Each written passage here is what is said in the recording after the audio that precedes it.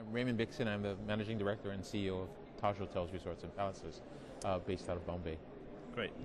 So we'll just start by talking about, we're here at AHIC, we're kind of mid-AHIC. How's it been going and what are you guys doing here? Well, the Arabian market, the GCC market for India and for the Taj has been, they've been trading partners for over centuries. And the Taj being the 105-year-old luxury brand of India and part of the Tata Group, this market has always been important for us, and today even more so. And so as the Western markets perceive this downturn due to the various, the mortgage crunch and everything, the emerging markets, and this being one of them, is of great importance for us. It's been a key source market. It becomes even more important as the shift from the economies towards Asia today, towards the Middle East.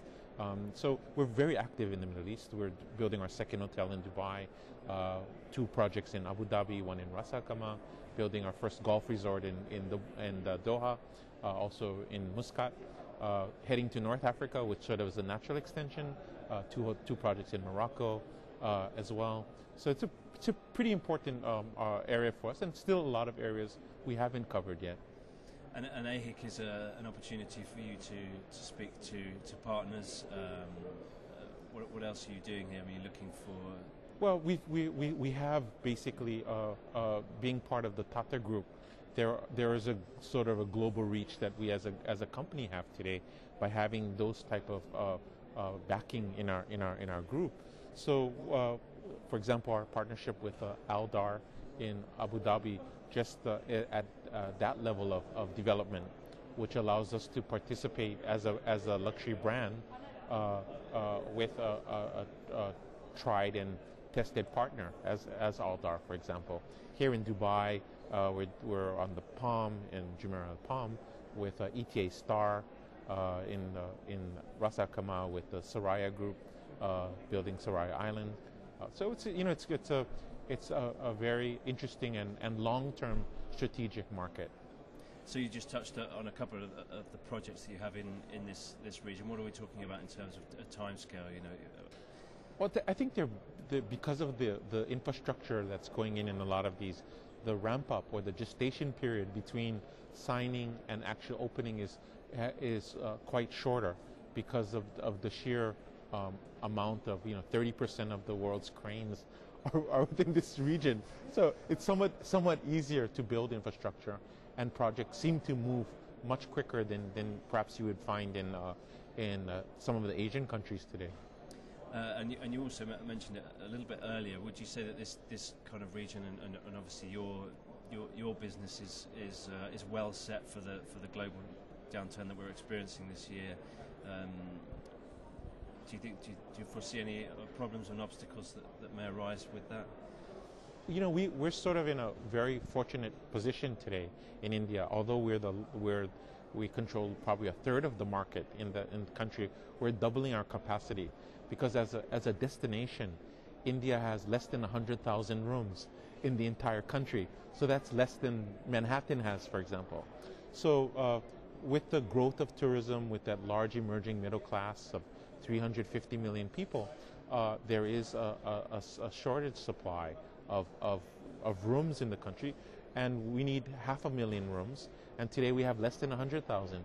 So that growth, essentially the train has left the station, and the growth that we see in our area there's enough going on that for the next 3 to 5 years, I'd say that we're on a really pretty robust path. Not even 5 million tourists to date. So these are all basically, I'd say, benchmarks and trends that we see as a strong growth vehicle for our company. We were here a couple of weeks for the WTTC event, and I guess the main issue that came out of that event was sustainability. I wondered, you were talking about some strong growth into the future. Yes. How you kind of balance that with this key issue of sustainability. Well, I guess being a 105-year-old luxury brand working for a 140-year-old company, I think we've seen a few curves and different cycles throughout that. And I guess this is another cycle, whether it's a natural disaster as a tsunami or SARS or whether it's a 9/11 type of crisis. We're currently we're going through a cycle. Thankfully, the trends in Asia today, China, India, China, the Middle Eastern countries, seeing the BRIC countries, these emerging economies or these emerging markets, I think are really driving sustainable growth for the short term, 3 to 5, and I'd say even longer, 10 to 15 years. So it's really a market that is, and we've de-risked our portfolio. So we have North American presence, New York, San Francisco, Boston.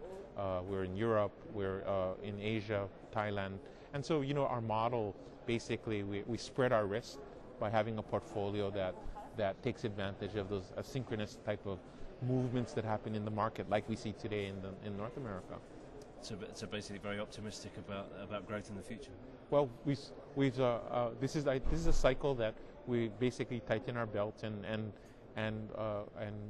continue looking towards growth and delivering to as we're a publicly traded company, so we have our shareholders that we have to be beholden to.